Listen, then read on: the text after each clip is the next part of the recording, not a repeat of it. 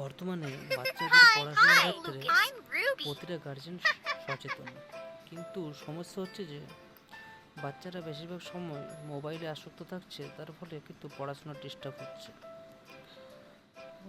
কিন্তু আমরা যদি একটু বুদ্ধি করে কাজ করি, যেমন ধরুন বাচ্চারা তো মোবাইল নিয়ে ম্যাক্সিমাম টাইম থাকছে, বাচ্চাদের মোবাইলে যদি কিছু এডুকেশনাল অ্যাপস আমরা ইনস্টল করে দিই, তাহলে দেখবেন বাচ্চারা খুব মজা করে পড়বে। তারা ভাববে যে তারা গেম খেলছে এবং গেমের মাধ্যমে তারা কিন্তু শিখতে পারবে। তো আজকে সেই রকমই একটা এডুকেশনাল অ্যাপস তোমাদের সামনে নিয়ে এসেছি। এখানে অ্যাপসটির নাম হচ্ছে নাম্বার কিডস। প্রথমে বলি, এটা কোনো প্রমোশনাল ভিডিও নয়, ঠিক আছে? এটা শুধুমাত্র ইনফরমেশনের জন্য আমি তোমাদের অ্যাপসটির নাম বলছি।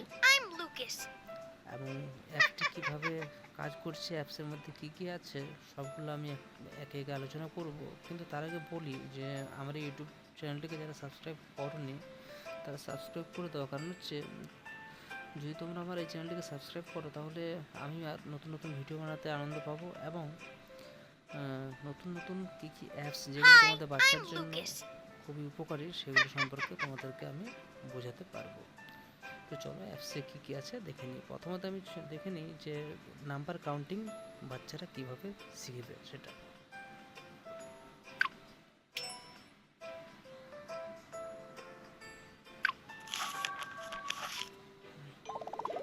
এই যে বাচ্চাদেরকে ধরে ধরে শেখানোরও দরকার নেই। বাচ্চারা একবার শুধু যদি বাচ্চার গার্জেনরা যদি একবার দেখিয়ে দেয়, তাহলে কিন্তু বাচ্চারা নিজেই এটা করতে পারবে।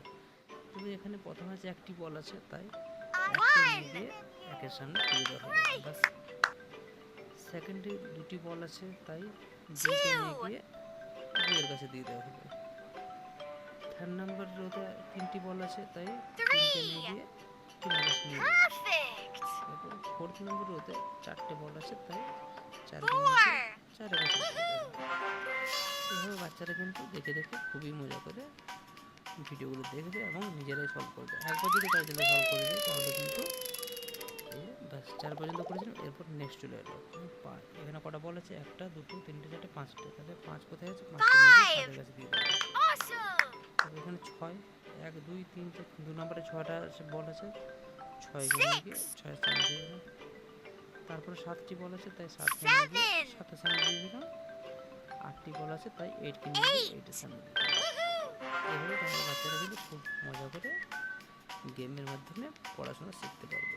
এই টাইপের নতুন নতুন ভিডিও দেখতে চাইলে কিন্তু তোমরা আমার চ্যানেলটিকে সাবস্ক্রাইব করে দাও এবং আমাকে কমেন্টে লিখো যে কী কী টাইপের ভিডিও তোমরা চাও। Thank you.